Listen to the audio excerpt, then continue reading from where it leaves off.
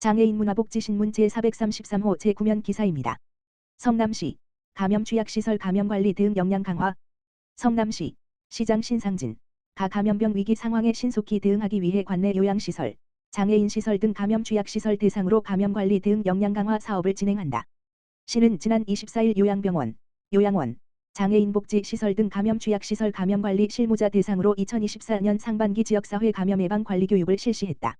이날 성남시 보건소, 수정중원 분당과 성남시 의료원 지역연계 협력팀이 협업해 손위생 물품 세척과 소독 환경관리에 관한 감염관리 기본원칙 유치도뇨관 관리 요로감염 관리 개인보호구 착탈의 실습 등 개인위생과 시설 특성에 맞는 다양한 교육이 이루어졌다.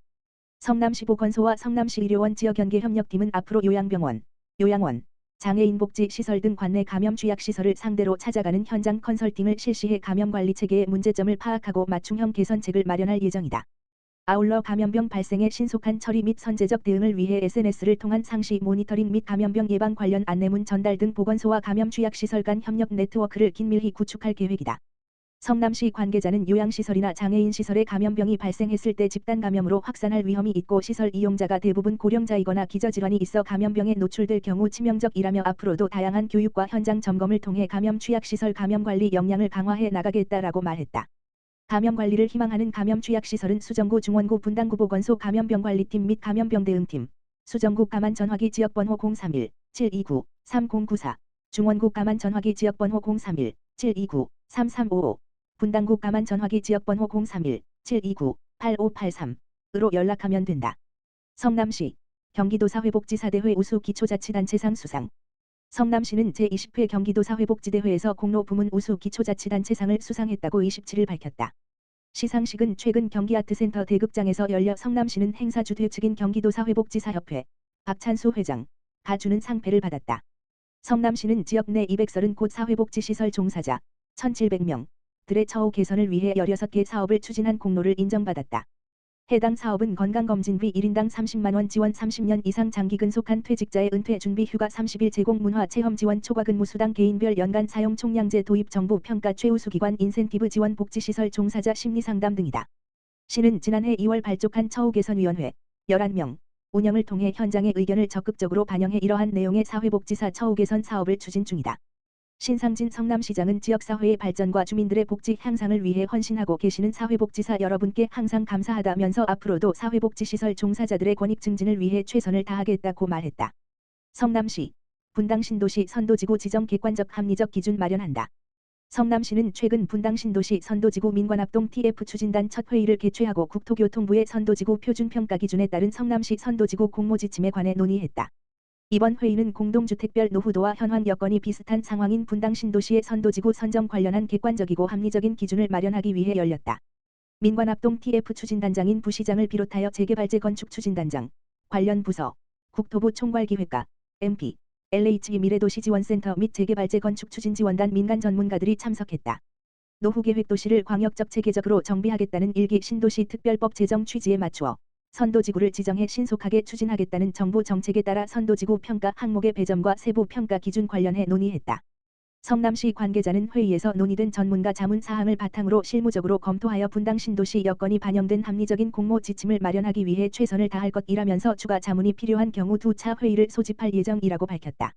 시는 오는 6월 25일 시 홈페이지에 분당 신도시 선도지구 공모를 공고할 예정이다. 이에 따라 주민들이 동의서 및 제반 서류를 준비하여 9월 제안서를 접수하면 시는 10월 중에 평가 및 국토부 협의를 거쳐 11월에 선도지구를 최종 선정한다. 성남시 65세 이상의 폐렴구균 무료 예방접종 시행. 성남시는 65세 이상 어르신을 대상으로 폐렴구균 무료 예방접종을 시행한다고 24일 밝혔다. 올해 65세가 되는 1959년생과 그 이전에 출생한 어르신 모두 무료 접종 대상이다. 시는 지역 내 337곳 병의원을 폐렴구균 접종 위탁의료기관으로 지정했다.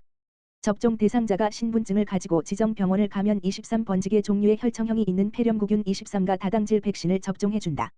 지정 의료기관 현황은 예방접종 도우미 누리집 사이트에서 확인할 수 있다.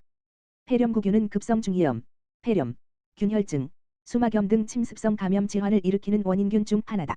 콧물이나 기침 분비물로 전파돼 몸속에 상주해 있다가 면역력이 약해졌을 때 폐와 뇌, 혈관, 귀에 침투해 염증을 일으킨다. 시 관계자는 상대적으로 면역력이 약한 어르신들은 건강한 노후를 위해 폐렴구균 백신 접종이 권장된다고 말했다. 수원시 발달장애인 자립지원 돌봄 기관 확대.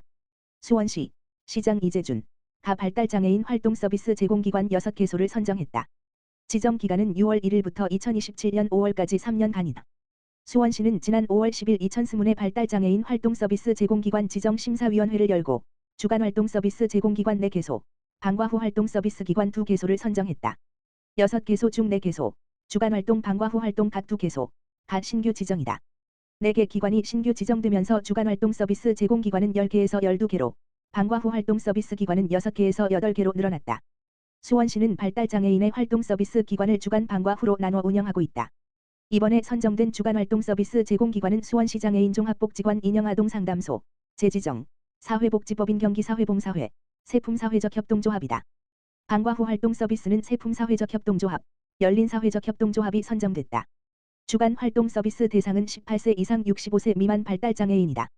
매달 1인에게 자조 모임, 직장 탐방, 음악 미술 등의 활동 시간을 기본형 132시간, 확장형 100일 hun 6시간 제공한다. 방과 후 활동 서비스는 6세 이상 18세 미만 발달장애 학생이 대상이다. 취미 여가, 직업 탐구 등 활동을 66시간 제공한다. 수원시 관계자는 발달장애인 활동 서비스 기관 확대가 발달장애인이 활발하게 사회활동에 참여하고 가족들의 돌봄 부담을 줄이는 데 도움이 되길 바란다고 말했다. 수원시 10월까지 찾아가는 인권교육 60회 연다.